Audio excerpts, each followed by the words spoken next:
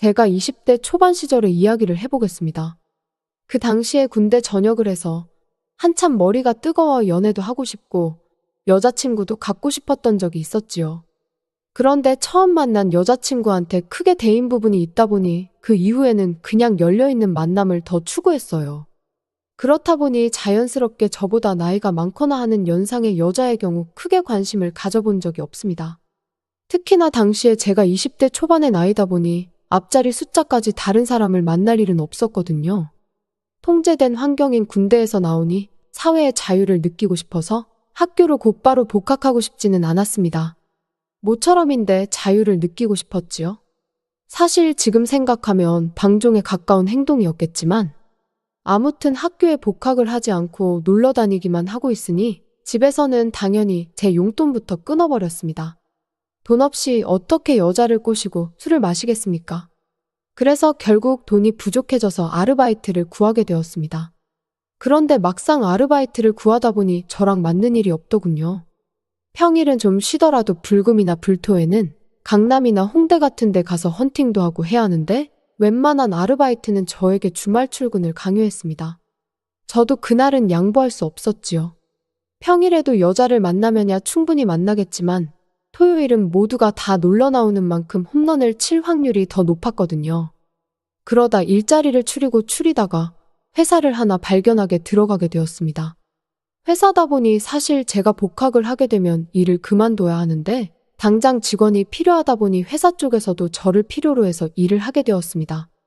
보수도 세고 다 좋았어요. 일하는 것도 그렇게 어렵지 않았지요. 그중에 제일 장점은 회사 자체가 사장도 부사장도 다 여자고 직원들도 전부 여자로 이루어져 있는 회사였습니다. 저랑 비슷한 또래 여직원들이 잔뜩 있는데 면접 볼 때 보니까 다들 외모가 상당했어요. 복학 전까지 한 반년 정도 일을 할 계획이었는데 반년이면 한 달에 한 명씩 돌아가면서 만나도 시간이 빠듯하겠다 싶었습니다. 그런데 단점이 하나 있었으니 유일한 남자 직원이었던 저였기에 저만 업무가 판이하게 달랐습니다. 여자들이 다루기 힘든 창고 일을 해야 했는데 출근해도 사무실에서 일하는 게 아니니 여직원들하고 엮일 일이 거의 없었지요. 그나마 사장하고 부사장은 업무상 이유로 자주 만났습니다. 그래도 책임감이라고 제가 늦게까지 일하면 두 사람이 퇴근 시간까지 기다려주고 했어요. 사장과 부사장이 예전부터 친한 친구 사이였다고 하더라고요. 겉보기에는 둘이 나이 차이가 한참 나는 줄 알았는데 말입니다. 사장의 경우는 딱 봐도 30대 후반, 40대 초반의 애엄마 느낌입니다. 살짝 푸지만 인상에 애 키우느냐 일하느냐 피곤해 보이기까지 하는 얼굴이지요. 미소가 생글생글하긴 한데 그냥 저한테는 나이 차이 많이 나는 애엄마 그 느낌 그 이상도 그 이하도 아니었습니다. 그에 반해 부사장이 참 대단했지요. 요즘 TV 같은데 나올 법한 일반인 미인상인데 뿌리는 향수라든지 입고 다니는 스타일이라든지 자기 관리가 철저한 사람이라는 게 딱 티가 나는 그런 미인이었어요. 어쩔 때는 퇴근길에 운동복으로 갈아입고 운동하고 퇴근한다며 회사 밖을 나갈 때가 있는데 누가 저 여자를 40을 바라보는 30대 후반 여자로 볼까 싶었습니다. 제가 이렇게 흥청망청 놀고만 다니는 방탕한 생활을 했던 것도 그 당시에 기간이 좀 길었는데 그때 만났던 여자를 통틀어서도 부사장만큼 스타일 좋은 사람은 한 명도 없었습니다. 사장이랑 동갑내기 친구라는 사실을 들었을 때 사장한테는 미안하지만 소리내서 놀라고 했지요. 원래는 관련직 대기업에 다니던 부사장이었는데 사장이 자기 사업 차리면서 직접 스카우트 해온 거라고 하더라고요. 그래서 그런지 능력 하나만큼은 확실한 사람이었습니다. 그런데 그만큼 능력이 좋아서 그런지 아니면 그녀를 감당할 남자를 못 만나서 그런지 아직 결혼을 안 한 노처녀라고 하더군요. 말이 노처녀지 사실은 화려한 골드미스라는 말이 딱 어울리는 사람이었지요. 운동은 운동대로 다니는데 이런저런 취미생활도 많은 듯했고 시간 나면 주말에 휴가 하루 붙여서 해외여행도 다녀오고 하는 그런 사람이었어요. 여직원들도 다들 부사장을 닮고 싶어하는 그런 선망의 대상 같은 사람이었습니다. 아무튼 그렇게 회사에서 일을 시작하게 되었습니다. 점심시간 때는 일부러 사무실로 가서 또래 여직원들하고 친해지기 위해 열심히 했지요. 사장, 부사장을 빼더라도 제 또래 여직원들이 몇 명이나 되어서 솔직히 저 같은 굶주린 늑대한테는 회사 사무실이 뷔페나 마찬가지였습니다. 사회초년생들도 있고 저도 군대를 다녀온 시점이라 제일 어린 친구가 저랑 나이도 같았습니다. 얼굴도 귀염쌍하게 생겼고 제 스타일이기도 해서 둘이 자연스럽게 친해지게 되었습니다. 그러다 제가 한 달쯤 근무했을 때였을까요? 주말을 맞아서 제 환영식 겸해서 회식이 열리게 되었습니다. 사장이 원래 진작에 열어줬어야 했는데 회사가 너무 바쁜 시기라서 따로 신경을 못 쓰고 있었다고 하더군요. 아르바이트에 반년 정도만 하다가 그만둔다는 말까지 했는데 환영식까지 해주니 솔직히 사장 마음 씀씀이가 고맙긴 했습니다. 당시에 돈도 똑 떨어진 상태고 월급도 아직 받기 전이었다 보니 오랜만에 술 마시러 간다니까 긴장이 되더군요. 전 직원들이 참석을 한다니 그 자리에서 상황 봐서 술 제일 못 마시는 직원하고 무슨 썸씽이 생겨도 생기겠거니 하는 기대를 하고 회식 자리에 나갔습니다. 회사에서 나와 가장 가까이 있는 삼겹살집으로 자리를 옮겼습니다. 가게 사장님이 반겨주는 걸 보니 회식을 자주 하는 장소인 듯 싶었지요. 불판이 쫙 세팅이 되고 고기가 불판에 올라감과 동시에 첫 잔을 부딪히며 짠을 했습니다. 다른 여직원들도 청일점인 저한테 관심이 많아 보였습니다. 저도 아예 쑥맥이 아니다 보니 그날 저랑 좋은 시간을 보내고 싶다 하는 신호를 보내는 걸 다 캐치할 수 있었지요. 그 중에서도 나이도 제일 어리고 회사에서 대화도 몇 마디 나눠보고 그 중에서 제일 잘 될 것 같은 사이즈가 나오던 막내 여직원이 저한테 강한 신호를 보내는 걸 느꼈습니다. 화장실 다녀오는 척 해서 자리를 옮기고 다녀오는 길에 은근슬쩍 그녀의 맞은편 앞자리로 자리를 바꿨습니다. 그리고 고기를 제가 뒤집어주면서 그녀한테 일부러 술을 권하고 있었지요. 그런데 사장하고 부사장이 눈치도 없이 껴들더군요. 다른 사람들도 많은데 왜 김주임 고기만 구워주냐고요? 우리도 남자가 구워주는 고기 잘 먹을 수 있다며 회방을 놓는데 분위기 파악 좀 하고 눈치 좀 챙겨줬으면 싶더군요. 그런데 저 돈 주는 사람들인데 제가 어떻게 거절을 하겠습니까? 당장에 뛰어가서 사장 부사장 있는 테이블로 가서 거기서도 열심히 고기 뒤집고 따라주는 술 마시고 그러다가 왔지요. 사장한테 한 잔 받으시라 술을 따라주는데 사장이 평소 짓지 않던 생글생글한 미소가 아니고 묘한 미소를 지으면서 저보고 김주임이 마음에 드나봐 하면서 술을 한 잔 마시더니 자기가 마시던 술잔을 다시 저에게 건네더군요. 술잔에 사장 립스틱 자국이 그대로 묻어있는데 거기에 술을 따라주더니 저보고 마시라고 하는 겁니다. 부사장이 그랬다면 더 좋았을 텐데 사장이 그러니까 조금 의외에다가 별로 마시고 싶진 않았지만 두 눈 감고 꿀떡 술을 넘겼습니다. 그러니 사장이 기분이 좋다면서 저를 톡톡 건드리면서 좋아하더군요. 아무튼 그렇게 사장의 소나귀에서 해방이 되고 나서 다시 저랑 잘 되던 막내 직원을 꼬시러 그 자리로 갔습니다. 그런데 이 여자가 술을 따라주면 따라주는 대로 다 마시질 않고 참새가 물 한 모금 마시는 만큼만 계속 꺾어서 마시더군요. 술을 한 잔도 안 마시는 걸 보니 이거는 도가 텄다 싶어서 다른 직원들 술 마시는 꼴을 관찰했는데 아무도 술을 마시고 있지 않는 겁니다. 마시는 척만 하고 있었고요. 아무래도 사장하고 부사장이 있으니까 다른 여직원들이 기를 못 피는가 싶었습니다. 이쯤 되면 이제 젊은 사람들끼리 즐기라고 저희한테 법인카드를 건네줬으면 좋겠는데 이 두 사람은 분위기 파악을 끝까지 못하고 자리에 남아있더군요. 결국 회식은 그렇게 끝나버리고 말았습니다. 저한테 빈틈을 그렇게 보이더니 언제 그랬냐는 듯이 택시를 타고 쌩하고 먼저 달아나 버리더군요. 저도 하는 수 없이 집에 들어가 봐야겠다 했는데 사장하고 부사장이 저한테 오더니 시간 괜찮으면 술이나 한 잔 더 하자고 묻더군요.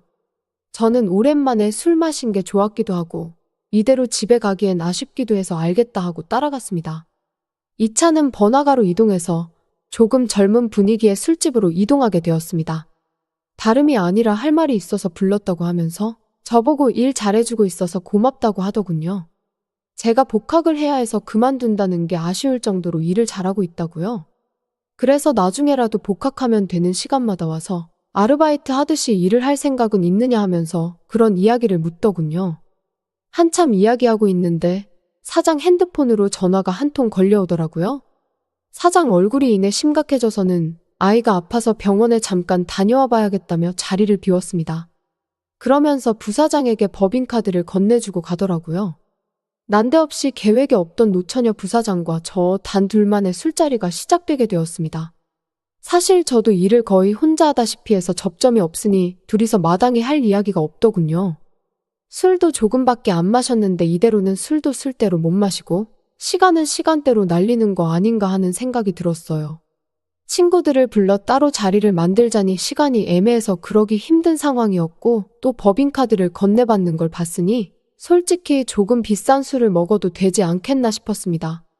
하지만 이 자기관리 철저한 강철의 여인을 어떻게 함락시켜야 할지가 고민이 되었어요.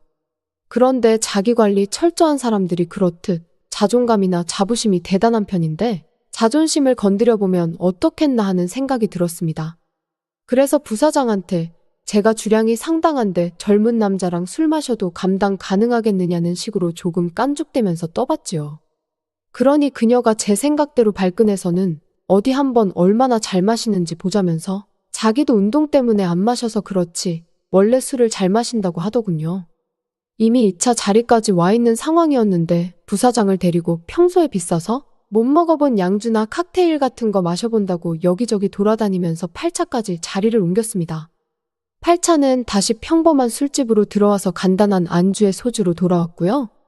그런데 저도 술은 어디 가서 지는 편이 아닌데 그녀 역시 자부한 대로 술이 상당하더군요. 양주와 칵테일, 잔으로 마셨지만 그래도 최소 10잔은 마셨습니다. 거기에 1차 때부터 지금까지 소주도 2당 2병은 마신 것 같은데 멀쩡하더라니까요.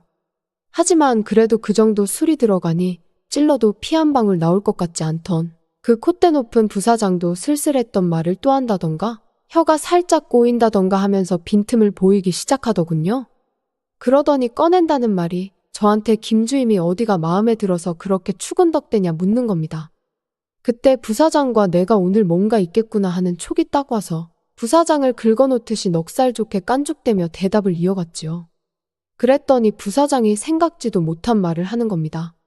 김주임이 사실 엄청 해프다고 하면서 사실 제가 일하기 전에 있던 직원도 김주임하고 창고에서 그러다가 걸려서 잘리다시피 그만둔 거라고 하는 겁니다. 사내 연애를 금지하는 건 아니지만 저 있기 전에 있던 직원이 가정이 있던 사람이라 하더군요. 일이 커져서 회사에 타격을 입기 전에 제 발로 관둔 거라고 하면서 김주임 뒷담을 저한테 하는 거였어요. 뭐 거기까지야 질투가 나서 그랬다고 이해할 수 있는데 부사장이 난데없이 단도직입적으로 그러니까 그런 여자랑 할 생각하지 말고 자기랑 가자는 거예요. 술을 얼마나 더 마셔야 눈치를 채겠냐면서 아주 돌직구를 날리더군요. 남자들도 한 살이라도 어린 여자 만나고 싶어하는 것처럼 여자들도 똑같다고 하면서 말입니다. 그때까지 저는 연상에 관심은 없었지만 부사장이라며 제 역사에 기록될 만큼 수준급의 여자임이 확실했기에 피할 생각도 없었고 오히려 감사한 상황이었지요. 그런데 자리를 옮기자던 부사장이 자리에 꿈쩍도 않고 저를 생긋생긋 웃으며 묘한 미소로 쳐다만 보더군요. 그러니 저도 슬슬 안달이 나더군요. 더 기다릴 게 뭐가 있냐고 하니 저한테 사장이 돌아오겠다 하지 않았냐며 말을 하더군요. 사실 사장도 저한테 관심이 있다고 자기들 둘이 친구인 거 알고 있지 않냐면서 사장 오는 거 기다렸다가 셋이서 같이 가자는 겁니다. 이미 8차까지 왔는데 제 생각엔 사장이 올 것 같지도 않고 솔직히 부사장이야 이성으로서 매력적이고 자기관리가 철저하니까 넘어가지만 사장의 경우에는 아무리 부사장과 나이가 같다고 해도 영 아니었거든요. 그래서 어떻게든 아니게 하려고 부사장을 설득을 하는데 부사장은 자리에서 꿈쩍도 안 하고 사장 올 때까진 안 가겠다며 떼를 쓰기 시작한 겁니다. 그래서 1시간만 더 기다려보자고 하고 사장을 기다렸지요. 그런데 그게 오히려 역효과였습니다. 사장은 당연히 연락이 없었고 부사장은 술이 센 척을 하고 있었지만 이미 그 자리에서 더 이상 몸을 가눌 수 있을 정도가 아닐 정도로 기절한 거나 마찬가지인 상황이었던 거예요. 그래서 결국 아무것도 하지 못하고 집에 돌아오게 되었습니다. 택시 탈 때 은근슬쩍 옆에 같이 탔는데 거기서는 어딜 집까지 따라오냐며 또 철벽을 치면서 그러더군요. 아무 소득도 없이 집에 들어오니 너무 아쉽더군요. 그런데 자꾸 신경이 쓰이는 게 사장이 저한테 관심이 있고 친구인 부사장과 셋이서 할 계획을 세웠다는 것이 참 충격적이었어요. 그리고 곰곰이 그걸 생각해보니 괜히 그동안 아줌마 같다고 생각했던 사장도 괜찮아 보이는 겁니다. 남자가 칼을 뽑았으면 무라도 썰어야겠다 싶어서 사장을 한번 노려보기로 했지요. 조금 기대되는 상태로 출근을 했습니다. 한참 일을 하고 있는데 사장이 저를 찾아 창고까지 왔더군요. 속으로 올게 왔다 싶었습니다. 사장이 누가 들을 수도 있으니까 하면서 창고 구석 으슥한 곳으로 저를 데려가더군요. 그러면서 저를 떠보듯이 물어보는 겁니다. 혹시 부사장한테 무슨 말 들은 거 없냐면서요. 그래서 저도 사실 이러면 안 되는 거 알지만 저도 사장님하고 만나보고 싶은 생각이 있다. 이런 이야기를 하게 되었네요. 그런데 사장이 손사래를 치면서 또 부사장이 저질렀구나 하면서 그런 게 아니라고 하더라고요. 변명을 하는 게 아니라 부사장이랑 자기가 젊었을 때는 사실 둘이서 남자 한 명 데리고 그런 식으로 만남을 자주 가지긴 했는데 자기는 아이가 태어나고부터는 다 끊었다고 하더군요. 그러니 그 말은 그냥 부사장이 술에 혼자 취해가지고 그랬던 거니 신경 끄라고요. 그리고 이 상황을 비밀로 좀 했으면 좋겠다 하는 거였어요. 저도 얼굴이 다 부끄럽더군요. 쌓이고 쌓여서 별로 관심도 없던 아줌마 같은 사장에게 저를 맡기려 했다는 사실도 그렇고 포기하지 않았던 것도 그렇고요. 그리고 사장한테 한 소리를 들었는지 부사장이 이어서 창고로 들어와서 저를 찾았습니다. 그래놓곤 미안하다 사과하대요. 그래서 이게 미안하다고 끝날 일이냐고. 저는 하마터면 사장한테 대놓고 그거 하자고 물어볼 뻔했다고 막 열불을 내면서 성을 내니 그녀가 그 말을 듣더니 배를 잡고 웃더라고요. 그러더니 사장한테는 그렇게 하면서 왜 자기한테는 대시를 안 하냐면서 자기 아직 만나는 사람도 없고 요즘 운동도 질렸던 차라 조금 색다른 방식의 운동을 하고 싶다고 하는 겁니다. 회사 근처에서 혼자 살고 있고 저만 좋으면 자기 집에서 같이 할 수 있는 운동이라면서 퇴근 후에 보자고 하더라고요. 그 뒤는 예상한 대로입니다. 그 자존심 강하고 콧대 높은 부사장과 일하는 기간인 반년 가까이 정말 하루도 빠짐없이 상대를 해야 했습니다. 당시에 제가 피 끓는 20대 초반이었는데도 불구하고 노처녀인 부사장은 매일같이 하루도 빠짐없이 저를 부르더라고요. 아무튼 그때 덕분에 월급은 월급대로 아끼고 술도 마실 필요 없고 돈도 잘 모아서 회사를 나오게 되었습니다. 회사 나오면서 부사장도 저랑은 더 질렸는지 그냥 여기까지가 딱 좋겠다고 하면서 그만 만나자고 하더군요. 그날 이후로 저는 조금 취향이 바뀌어서 또래 여자들은 너무 시시하고 재미도 없어서 일부러 저보다 나이가 많은 사람들로만 만나고 있습니다.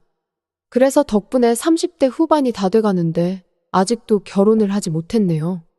지금은 이제 50대가 되어 있겠네요. 사장은 몰라도 부사장만큼은 제 생각에 아직도 그때의 미모를 간직하고 있을 것만 같습니다.